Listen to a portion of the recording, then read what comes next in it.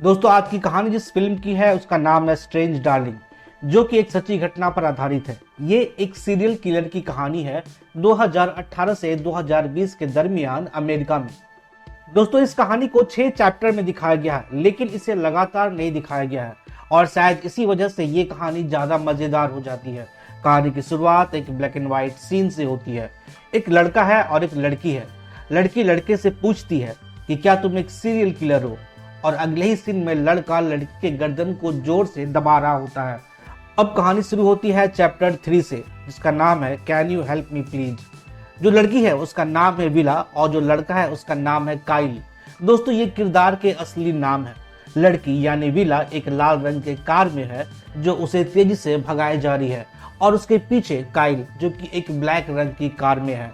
Villa बहुत तेज car चला रही है क्योंकि वो डरी हुई थी। तब काइल अपनी गाड़ी को रोकता है और गन लेकर बाहर निकलता है। फिर वो अपनी कार के ऊपर खड़े होकर विला की कार पर निशाना लगाता है। गोली उसके पीछे वाले शीशे पर जाकर लगती है तो विला की कार का बैलेंस खराब हो जाता है और उसकी कार पलट जाती है। विला को चोट लग जाती है पर वो किसी तरह से कार से बाहर निकलती है। काइल फिर अपनी कार के अंदर चला जाता है और कार को तेजी से चलाते हुए उसके तरफ लेके जाता है। वो उसे कार से कुचल देना चाहता था पर वो बच जाती है और जंगलों में भागने लगती है। काइल भी उसके पीछे जाने लगता है। विला को भागते हुए एक जगह पर शराब और सिगरेट मिलती है। विला के कान पर पट्टी लगी हुई थी जिससे कि खून बह रहा था। वो अपनी पट्टी को हटाती है और उस पर शराब डालती है।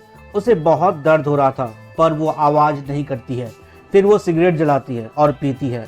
फिर वो अंदर भागती है तो उसे एक जगह पर तारों का घेरा दिख रहा था, तो वो घेरे को पार करती है और अंदर जाती है तो उसे वहां एक घर दिखता है। इधर काइल भी उसके पीछे बंदूक लेकर के आ रहा था।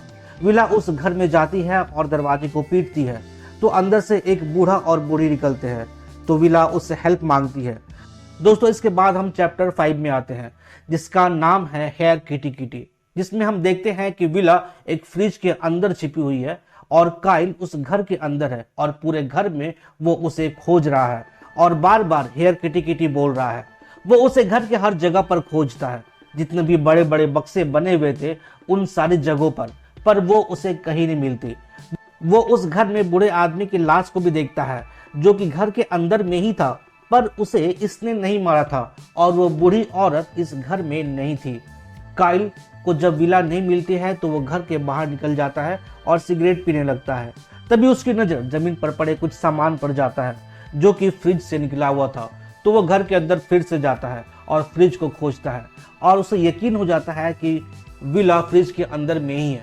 तो वो बिना खोले ही फ्रिज पर गोली मार देता है जो जाकर के विला के हाथ पर लगती है और वो चिल्लाने लगती है।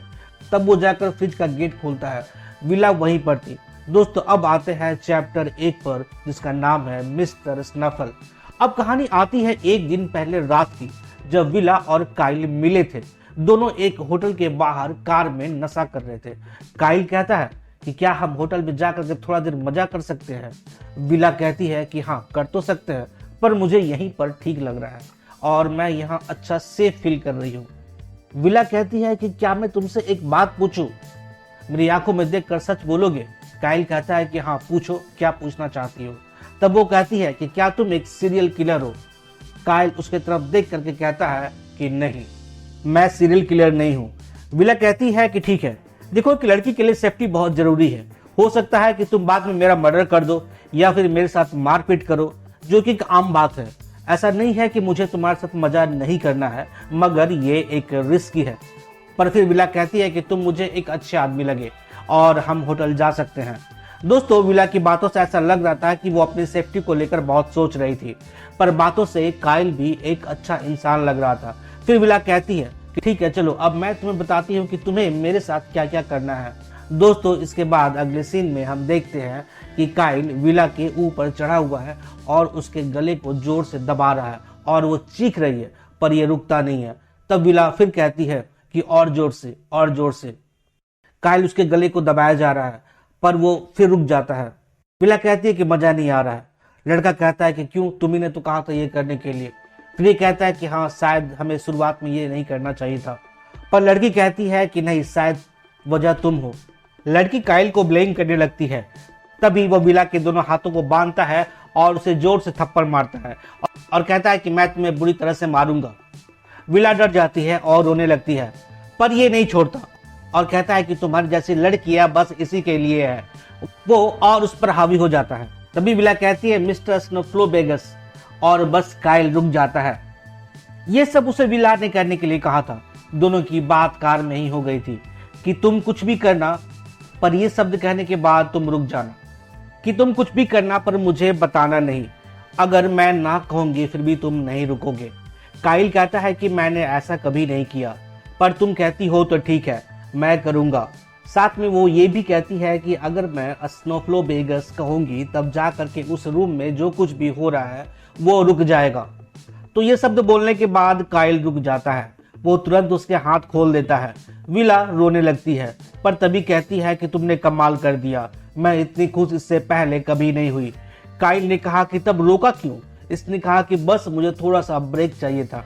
दोस्तों, इसके बाद कहानी जाती है चैप्टर 4 पर, जिसका नाम है माउंटेन पीपल, जिसमें हम एक बूढ़े आदमी और एक बूढ़ी औरत को देखते हैं जो एक साथ म्यूजिक सुन रहे हैं, वाइन पी रहे हैं।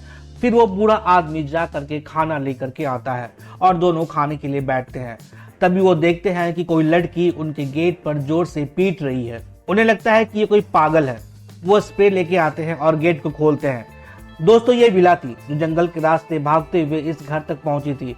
वो बताती है कि एक आदमी मेरा पीछा कर रहा है और वो मुझे मार देना चाहता है। पहले उस बूढ़े आदमी ने सोचा कि इसके पीछे भालू पड़ा हुआ है। विला कहती है कि क्या आपके पास गन है? ये कहते हैं कि नहीं, बस स्प्रे है। वो अपनी वाइफ को कहते हैं कि हमारे पास जो दर्द की दवा है वो इसे ला करके दे दो। वो कहती है कि ठीक है। वो दवा लाने के लिए अंदर चल जाती है, पर वो कहती है कि जल्दी से पुलिस को कॉल कर दो। विला खाना को देख करके कहती है कि क्या मैं इसे खा लूं? ये कहते हैं कि हाँ ठीक है। तब वो खाने लगती है। आदमी कहता है कि मैं पुलिस को कॉल कर देता हूँ, पर विला कहते हैं कि नहीं, पुलिस को कॉल मत करो। पर ये कहते हैं कि नहीं, पुलिस को कॉल करना अच्छा रहेगा। तो कॉल करने के लिए जाते हैं। तभी विला उठती है और उस बूढ़े आदमी के छाती में चाकू भोंक देती है और फोन उसके सर पर दे मारती है। वो वहीं गिर जाता है। तभी उसकी वाइफ दवा लेके उस रूम में आ जाती है। वो उसे कहती है कि देखो, मैं तुम्हें मारना नहीं चाहती, मैं तुम्हें बस बांध दूंगी। तुम बताओ मुझे कि क्या कोई रस्सी है या हथकड़ी, और इसके बाद मैं यहाँ से चली जाऊंगी। वो कहती है कि हाँ, बाहर एक चेन है, तुम चाहो तो मुझे उससे बांध सकती हो। दोस्तों, वो बूढ़ी औरत पूरी तरह से डर गई थी। उसे समझ नहीं आया कि अचानक से क्या हो गया। वो औरत विला को बाहर लेकर के जाती है और मौका पा करके वहां से भाग जाती है। विला उसके पीछे जाती, इससे पहले उसकी नजर काइल पर पड़ती है जो बंदूक लेके उस घर की तरफ आ रहा था। वो वापस घर के अंदर जाती है, फ्रिज से सामान बाहर निकालती है और उसके अंदर छुप जाती है। दोस्तों, इसके बाद हम कहानी में चैप्टर 2 को देखते हैं, जिसे कहा गया do you like the party. दोस्तों, ये एक सवाल है जो विला काइल से पूछती है उस होटल रूम के अंदर जहां ये दोनों गए थे। लड़की ने अपने बैग से कोकीन निकाला और कहा कि आज मेरा बर्थडे है और मेरे दोस्त ने मुझे मौज करने के लिए इसे मुझे दिया है। काइल ने कहा कि मैंने बहुत पहले इसे खींचना छोड़ दिया है, पर एक खूबसूरत लड़की को उसके बर्थडे पर मना भी नहीं कर सकता। उसके बाद विला उसे खींचने के लिए रेडी करने लगती है। काइल बेड पर बैठा हुआ था। वो खुश नहीं था इन सब चीजों से, वो करना नहीं चाहता था। फिर विला कोकीन लेके आती है और दोनों उसे लेते हैं। काइल फिर विला को किस करने लगता है, पर विला फिर से उसे बीच में रोक देती है और टेबल पर बैठ जाती है। अब काइल भी इरिटेट हो गया। वो कहता है कि मुझे लगा कि शायद तुम्हारा मूड बन गया होगा। तो उसने कहा कि नहीं, मैंने झूठ कहा था। काइल इरिटेट हो जाता है। वो कहता है कि मैं यहाँ से जा रहा हूँ, पर विला कहती है कि नहीं, तुम यहाँ से नहीं जा सकते। पर वो जाने लगता है। विला बाथरूम में जाती है। उसके पास एक चाकू और एक शॉट गन था। फिर वो बाहर निकलती है। गेट खुला हुआ था और बाहर काइल जमीन पर गिरा हुआ था। वो उसे खींच करके अंदर लेके जाती है और बेड पर लेटाती है। काइल के मुंह से झाग आ रहा था, वो बोल नहीं पा रहा था। पर उसने पूछा कि कोकीन में क्या था। तब विला ने कहा, ये तो कोकीन था ही नहीं, वो तो टेबल पर रखा हुआ है, ये तो कैटामाइन है। इसकी एक छोटी सी डिब्बी विला के हाथ में थी। इसके बाद वो एक जूता खोलती है और फिर उसके मोजे को और मोजे से उसका मुंह साफ करती है और फिर उसी मोजे को उसके मुंह में डाल देती है ताकि वो आवाज ना कर सके। फिर वो ये भी कहती है कि मैं तुम्हारे साथ ये नहीं करना चाहती थी, मैं बस थोड़ा मजाक करना चाहती थी। इसके बाद वो चाकू निकालती है और इसके छाती में EL लिख देती है और ज़्यादा आवाज़ करने पर वो उसे इलेक्ट्रिक शॉक भी देती है। ये सब पूरे 10 मिनट तक चलता है और फिर वो बाथरूम में चली जाती है। जा करके काइल के फ़ोन को बाथरूम में डाल देती है। उसके पास उसका पर्स भी था। वो पर्स खोलकर सारे पैसे निकाल लेती है, पर उसके पर्स में उसे पुलिस का बैच भी दिख जाता है, यानी काइल एक पुलिस वाला था और विला ये नहीं जानती थी। वो 2 सेकेंड सोचती है और फिर बाहर आती है और फिर उसके छाती के घाव को देखती है।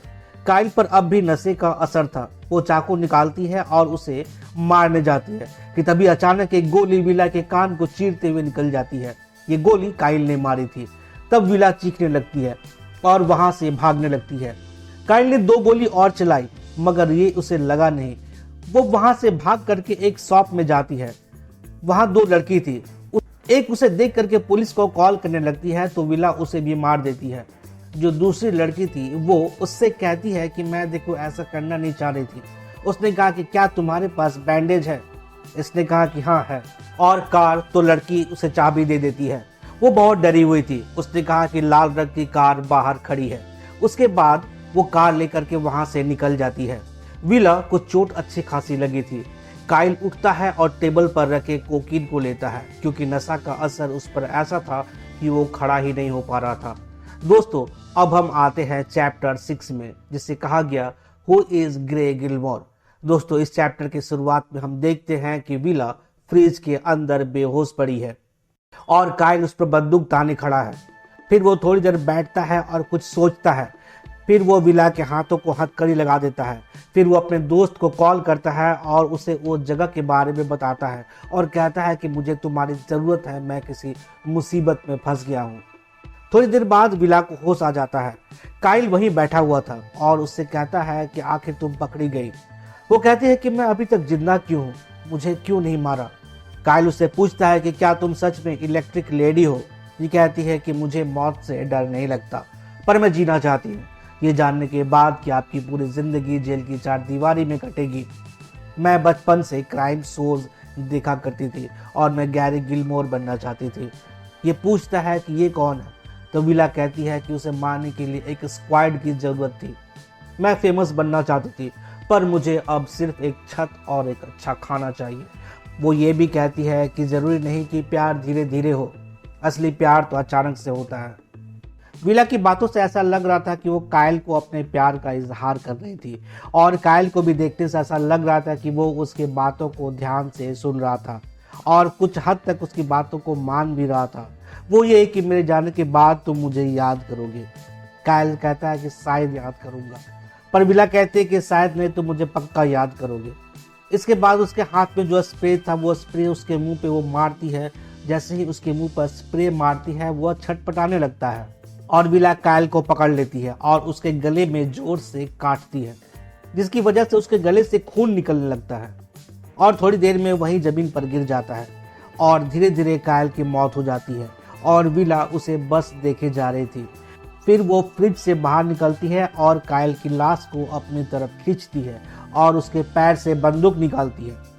तभी उसे लगा कि कोई आ रहा है।